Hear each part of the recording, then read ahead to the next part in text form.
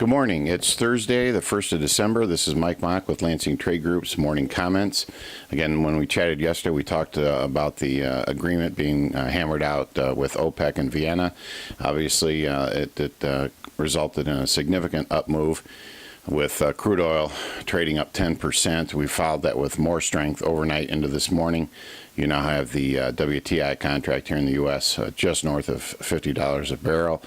And you have the Brent contract, the global price, roughly $52.50. So looks like or appears like we're going to test the October highs, the upper end of the recent range, around $52, $53. We've basically been since early summer, late spring, in about a $12 trading range. The question will be, is there enough push here to take us outside this trading range to the upside into the area about $55 a barrel, like so many folks have discussed as a possibility? Now, the thing that we have to remember is that the strong price incentive for folks like U.S. shale producers to expand production.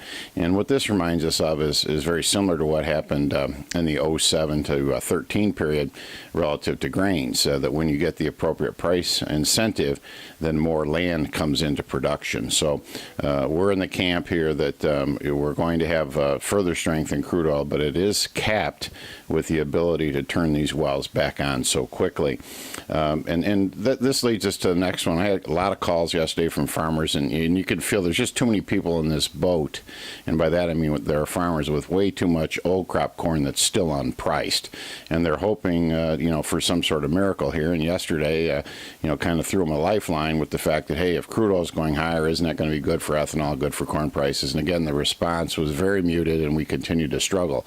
So if we have to hone in on anything, and I'm talking both to the farmer himself and the Lansing Trade Group origination staff, and say, look, we have got to get together as a team and figure out what we're going to do with this old crop corn situation. And there's lots of ways to do it. We still like the idea of setting floors.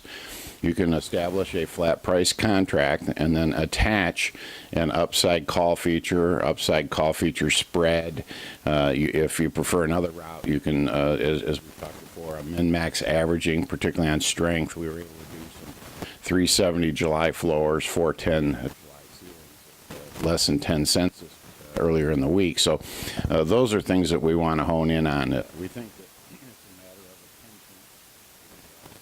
Hoping, we don't like hope as a trading strategy. We want to make sure we establish some goals.